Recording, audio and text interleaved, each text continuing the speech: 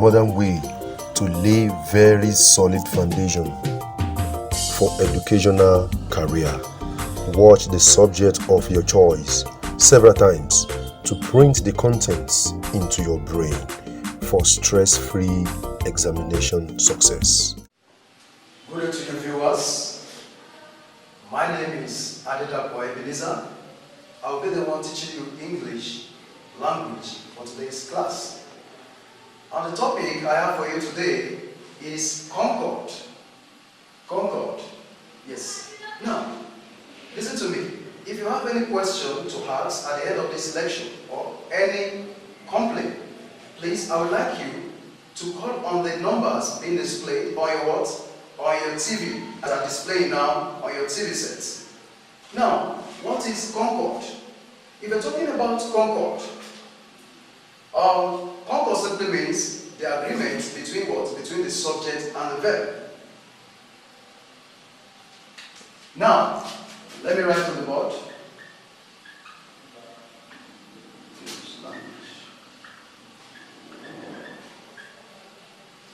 Like I said, the topic is Concord. Concord. Concord. Yes.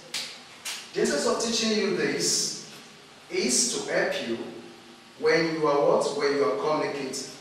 Majority of students that call themselves English speakers, they can't express themselves well. But I believe at the end of this lecture, you'll be able to gain one thing or the other on this particular topic, Concord. Now, what is Concord? Concord simply means the agreement between the subject and the verb. If I'm talking about the subject, I'm not talking about mathematics, physics, chemistry, biology. Now, if I'm talking about subject, if you are talking about subject rather, subject simply means the performer of an action in a sentence. What does that mean? The performer of an action in a sentence. The performer of an action can be pronoun and it can be what? It can be noun.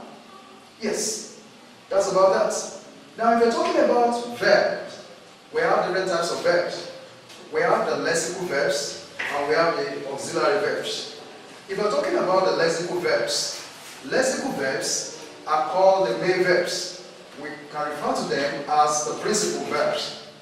Examples of lexical verbs are come, came, dance, eat, act. Okay? We refer to them as lexical verbs. Now, if we're talking about auxiliary verbs are helping verbs. We refer to them as helping verbs. Why do I say we call them helping verbs? They help the main verbs. Yes, helping verbs. Now, what are the examples? We have is, are, may, must, could, can, should. There are many. Now, we want to look at the agreement between the subjects and what? And the verb. Listen to me. Now, let me make this as an illustration for you. A woman and a man that doesn't have any cordial relationship, if there is no agreement between them, they will not do what? They will not be able to live together. Yes. Any sentence in which you construct, in which there is no agreement in between the subject and the verb, such sentence is nonsense. Okay? I call it nonsense. Now, look up. Concord is defined as an agreement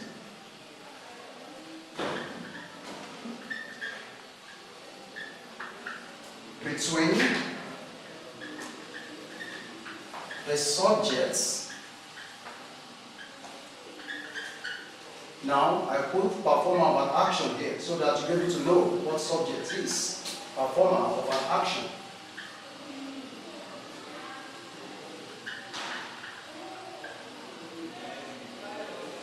And the verb. Yes. Concord is defined as an agreement between the subjects, that is, performer of an action, and the verb. Now let us look at rules. We have some rules guiding this particular topic, Concord. Now I'm going to pick the rules one after the other. Listeners, I want you to listen and follow me as I will be writing out the rules and the examples under this particular topic. Now let us look at rule number 1 of Concord. Rule number 1. Rule number 1. We put 1. Rule number 1. 1. Same thing. This rule states that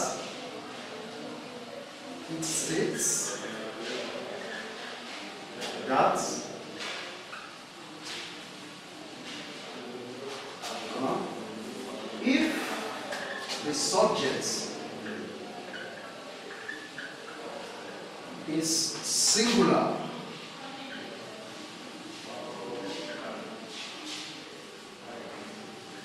the verb must be singular. Now let us look at this rule. Rule number 1, which states that if the subject is singular, the verb must be singular. Now let's consider some examples. Examples under this rule. E. Now let us use pronoun. E beats his brother. He beats his brother. This E is a singular pronoun. Singular pronoun. Yes. E is third person singular pronoun. Then beats. This is singular lexical verb. Now, if you look at this particular verb here, we discover that it carries S. It carries S. Yes, this verb carries what? S. Beats. If you put S at the front, it will be what? Singular. If there is no S at the front of this beats, it will become plural. He beats his brother. This is a very good expression. He beats his brother. Don't say he beats his brother. If you don't put S at the front of this beat, it shows that your expression is what? Is wrong. So the right expression is he beats his brother. Then 2. Example 1. Example 2. Let us look at the second example under the first rule.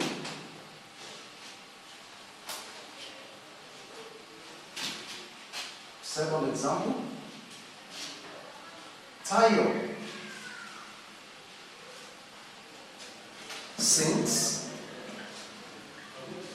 a good song.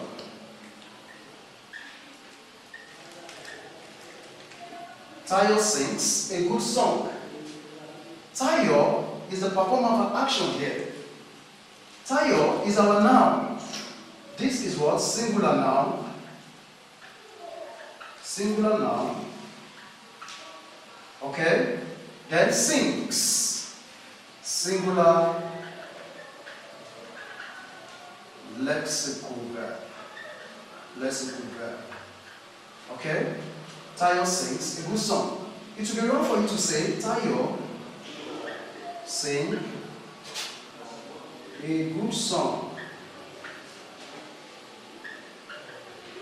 It would be wrong for you to say that. This is wrong. This is a wrong expression because of what? Because the verb here, sing, doesn't carry S. Okay? While this one is what? Is correct. If you look at this number 2 example, just like the one I gave to you earlier, you see there is agreement between what? Between the subject and what? And the verb.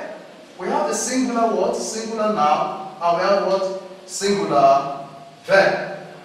Tayo sings a good song. Good. Example 3. Look at this. Tolu is my brother.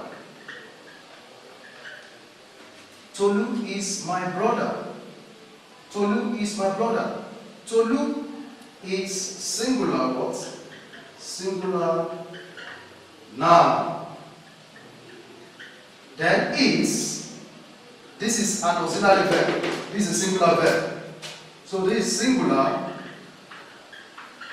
auxiliary verb. Tolu is my brother. It will be wrong for you to say Tolu are my brother. This is wrong, while this is right. Okay? Don't say Tolu are my brother. If you use are, it shows that you are referring to what? You are referring to a group of persons. So these are can't go with what? With Tolu, because Tolu is a singular what? It's a singular noun. So what you follow should be what? It should be singular verb. So Tolu are my brother is wrong, while Tolu is my brother is what? Is correct. Now, I'm going to give you example 4. Example 4. Look at this. She plays the piano well. She plays the piano well. This she is what? Is a singular what? Singular pronoun. Singular pronoun. She is a third person singular pronoun. Then plays. This is what? These are singular verb. Singular lexical verb. Lexical verb. Yes. She plays the piano well. Never you say she played the piano well. The correct expression is she plays the piano well. Now, listen to me. There is only one pronoun, which is first person singular pronoun. First person singular pronoun I doesn't concur with this first rule of Concord. Yes, I. You cannot use I with any of the verbs, singular verb. You cannot use I with any of the singular what? Verb. Okay? What I mean is, let me cite some example from God.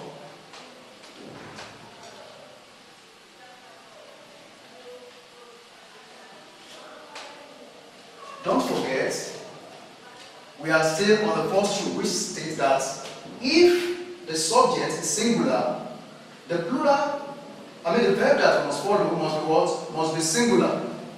Now, like I said, I. You all know that I is a pronoun. Is what? Is first person singular pronoun. You can't use I with any singular lexical verb. It is wrong. Now, if you look at I, although it is first person singular, it's a singular pronoun, but I will tell you that it is just singular in disguise. But if you want to use it, you use it with what? With pronoun, with plural verb. Now, you can't say, I loves my mommy. My mommy. Don't say, I loves my mommy. Like I said, this I doesn't support the first rule of Concord. So you can't say, I loves my mommy. You know, some of you might be thinking that I is singular pronoun. Now, loves, singular verb. You can't use I with what? With singular verb. Like I said, I is what? Is used with what? With plural with plural verb, not with singular verb. Don't say, I love my mommy. This is wrong. Don't say that. It should be, I love my mommy. Okay? I love my mommy. Do you get it now? So the essence of telling you this is that this I, the first person singular pronoun I, doesn't support the first rule of the Concord. That is, it doesn't concord with the first rule of Concord.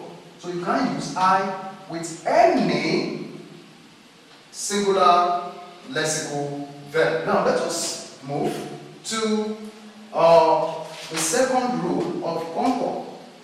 The second rule of Concord. The second rule of Concord states, number 2, this rule, it states that if the subject is plural, the verb that must follow must be plural. The verb that must follow must be plural. Okay? The verb that must follow must be plural. That is, this will state that if the subject is plural, the verb that must follow must be plural. Yes. Now, let us look at some examples under this rule. Example 1. Plural pronoun. They are here to see you. They are here to see you. They is what? Is plural pronoun. Plural pronoun. They, plural pronoun. This is third person plural pronoun. They. Then we have her. This is plural auxiliary verb. Okay? So we have plural. The distinction between this and this, between the subject and what? And the verb. They are here to see you. This is a very good expression. Don't say, they is here to see you. Okay? You can't say they is here to see you. If you say that, there is no agreement between what? Between the subject and the verb. So it should be they and what? Her. Plural, plural. Now let me give you more example. Example 2. Now let us use now. Taiwo and Easy.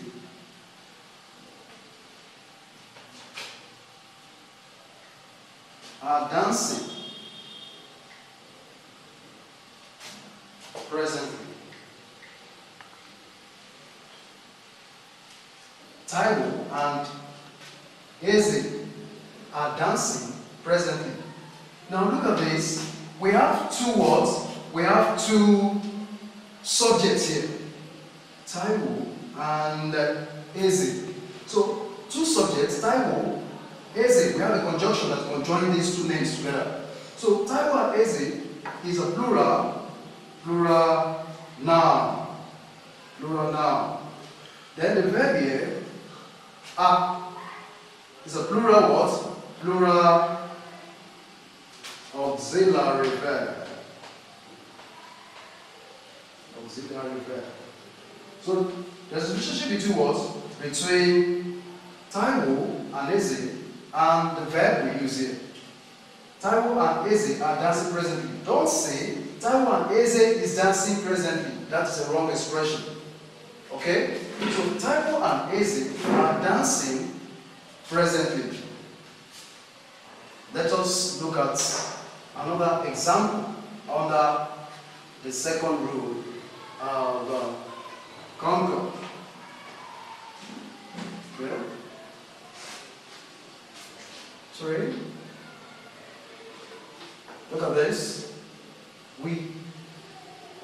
were there